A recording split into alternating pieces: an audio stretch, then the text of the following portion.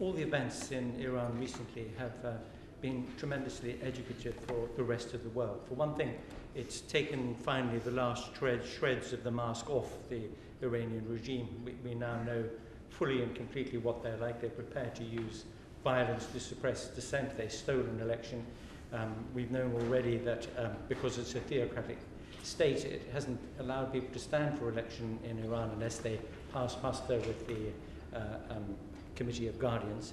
But this has torn the mask finally from the last little bit of the face of Iran.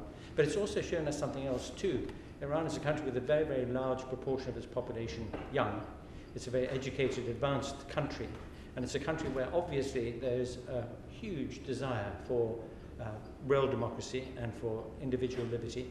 And there is an enormous groundswell of opposition also to the theocratic aspects of the regime. And these are very positive things. It makes one think again about the simplistic corralling of Iran with other countries in the world as part of an axis of evil. A good thing that has come out of this is that there is a much greater awareness of the real value of Iran and of the Iranian people. I think that's a very good thing. It is the first Twitter revolution. It is the first popular uprising, which has made very good use of electronic media. But we notice, to our dismay, that other countries have learned very fast from this. So the Chinese authorities, for example, immediately closed down all mobile telephony and internet access in Xinjiang when the trouble started there just very recently. And I mention China in order to make my second point, which is this. I spent a very long time living in and traveling in and writing about China, wrote a couple of books about China, had a long association with it. And when the Tiananmen Square events happened in China, I was involved for a number of years afterwards with refugee and exile communities of Chinese dissidents who were trying to organize an opposition to China outside China. And I mention this because it raises an extremely important point. And the important point is this, that exile oppositions tend, on the whole, to be galvanized by events inside a country and to have a good deal of focus and muscle in the early period, in the early sequel of events. And then they tend to start running out of steam and running out of sympathy for themselves and for one another, and they split and they become vociferous and they argue and differences occur among them and they make themselves impotent because of it. And this is something that I tremendously hope won't happen in this case. I think the choice of the name Iran Solidarity is very important.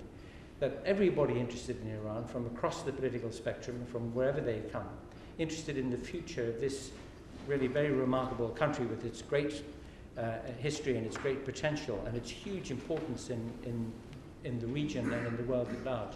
But everybody interested in Iran, Iranians and non-Iranians outside, should keep this solidarity, should keep a unified movement outside the country to help people inside the country, to keep the argument going, the debate going, and to keep these extremes right on the forefront of everybody's attention. So I really urge everybody right at the outset to be 100% keen to keep solidarity in the Solidarity campaign. As I'm a sponsor, I'd just like to say a few words about the way in which I see it from a historical perspective. Marxism was an international threat of very no great significance until it took over a country. It's a most unlikely country because it's always been predicted to be an industrial society become Marxist. It was a peasant society became Marxist. Nevertheless, it became Marxism was transformed as an international threat because it took over a country. And the same, I think, in a way, was true, these historical parallels, not very accurate, that Islamic fundamentalism was a threat, but it didn't really become a major threat in terms of world politics until it took over a country. And again, it was the most unlikely country to take over. It always seemed to me that this was the one Muslim country which was likely to become most critical of Islam because it is the Muslim country with the largest university population and most of the university students female. But it was a dramatic event when it did happen. I mean, Turkey could be argued as one Islamic country one Muslim country that turned against Islam under Ataturk, but it now seems to be somewhat veering the other way. this now does seem to me, despite the terrible events of the last few months, this does seem to me also a moment of hope. And perhaps this is something which the other speakers will elaborate. That's all I wanted to say.